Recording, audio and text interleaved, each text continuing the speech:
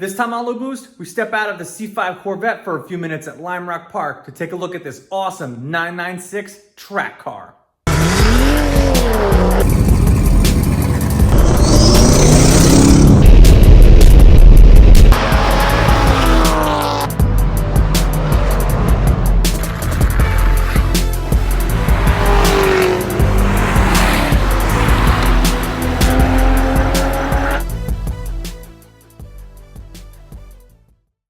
My buddy Jeremy was the one that told me to come out today, and we're gonna take a real quick peek at his car and see what it is all about. So this is Jeremy. He owns 1945 Speed and Custom in Troy, New York.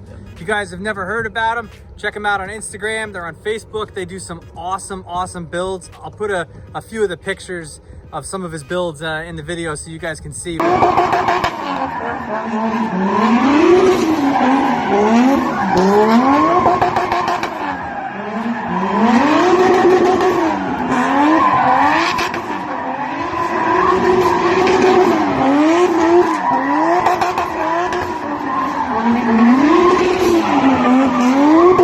But over here today, he has a 996 911. So Jeremy, tell me a little bit about it.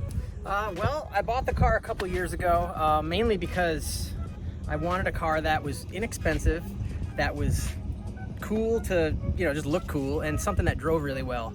Not a C5 Corvette? Why not a C5 Corvette? I'm not white trash. No jorts. He's not wearing jorts. Neither am I. But no, I'm kidding. Anyways, no, really, it's mainly just I just wanted a really fun car. These cars are, everybody says they're such a great value and this and that, but I mean, really, it's a 911.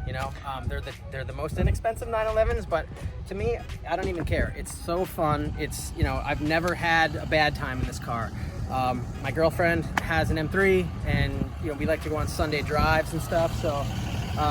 It's more of like, it's like a street car. I did a little bit of, I did some cage work in it and did some seats, and it's got, KW coilovers and R888s on it, and I just put some TE37s on it. I got to be a little bit of a hot boy. So, yeah, this is not your typical looking 911. You got what, these are your TE37s. So yeah, these are definitely not your normal Porsche style wheels, and the wing is a little bit different too. Tell me a little bit about this. It's new? So I got the trunk lid is it's actually off of an RSR, a 911 RSR, and so the RSR is, the wings are chassis mounted, so the uprights are mounted to the chassis, and to take this off, there's just some Zeus clips, and the deck lid just pulls off, so the wing is totally fixed to the chassis. Some of the ones, the uprights are attached to the duckbill, and I've been told that they sometimes pull off or rip off or whatever. I'm not a Mr. Race Car driver or anything like that, so I doubt that would be a problem for me, but I think it's more of like in traffic, or if you get into an accident or something, it'd be more susceptible to ripping off. And you got one session in so far, and you feel like that may have... Oh, it's way noticeable. I mean, there's just different spots on the track where I know the car kind of steps out sometimes, and right now there's way more rear grip. My lap timer thing, I couldn't get it to start when I left, so I mean, I've only done one session. Yeah. And I think I've probably gone faster than I've ever gone before. What's your best time so far? 105s. I think I've probably, I don't know, we'll see when I go out next session, but I think I'm probably at least, I would say I feel like I'm at least a second faster than I was. Maybe more. I have a feeling you will be. That big wang. And what you have done to it power-wise? Power-wise, it's mainly just a stock motor. When I bought the car, it had like all the problems, the IMS and RMS that were done on it. That was sort of like one of the reasons one of the stipulations, everyone says that the IMS bearing is prone to failing in these cars, and so when I was looking for one, that was something that I wanted to make sure it was already done. Yeah, so really, Mara was the one that told me about these. I'm not a Porsche guy at all.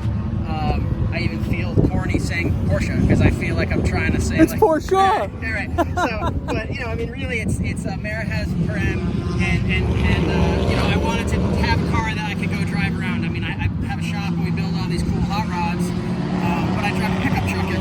Yeah. So this was just kind of a fun car for me, something I can take to the track and have a good time, something that I can, you know, it looks expensive to people that don't know. I mean, literally, when she was like, buy a 911, I was like, I can't afford a 911. She's like, sure, 150 grand. Yeah, that's like, honestly, like, not being a Porsche dude, like, I thought that that's what I don't know, like, I look at this or a 997, I didn't know the difference between, I didn't know what a 996 was or what a 997 was, or, you know, any of like the newer water-cooled cars. But if you show somebody the back of a 996 and the back of a 997 and they're not a real true Porsche enthusiast, they really look the same. Outside of the runny eye front, Yeah. and you know, yeah, definitely when you're talking about bang for your buck on these, a 997 of similar caliber is probably double the price. Yeah, probably. Yeah. So, yeah, I mean, it's literally just, you know, not that it's a cheap car by any means, but I always joke and say, you know, this is like how much a Civic cost. So it's my now that I'm 40, I got a Porsche, and you know, it's the same price as a Civic, so that's what I got. All right. So really excited to see this thing out on the track later on today.